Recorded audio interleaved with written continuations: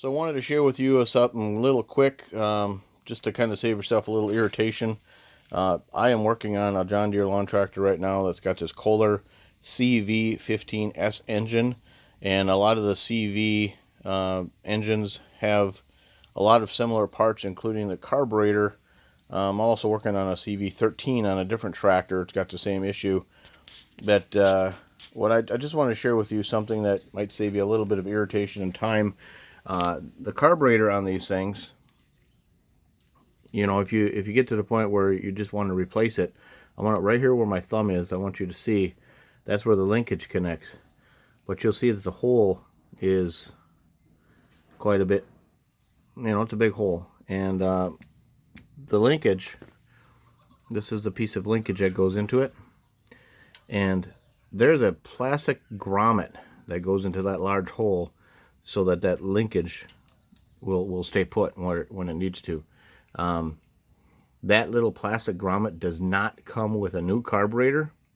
In fact, if you lost it, that little grommet, or had to reorder it, let me show you. It is part number 251580886. It's this little plastic grommet right here. So this thing, it's just a little bit of piece of plastic. But so my point of this video is just to tell you that if you do have to change the carbs out on this thing, remember, do not throw that little grommet out with the carburetor, the old carburetor. Remove it to put it on a new carburetor.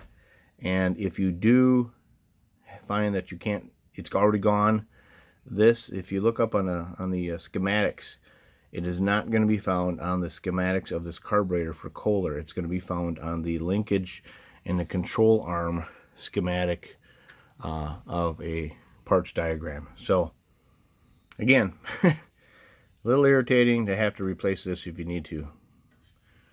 So you could see I did have to order one, and it was just a minor irritation, but waiting for it to show up in the mail and all that. So, all right, thanks for watching. Hope I helped you out.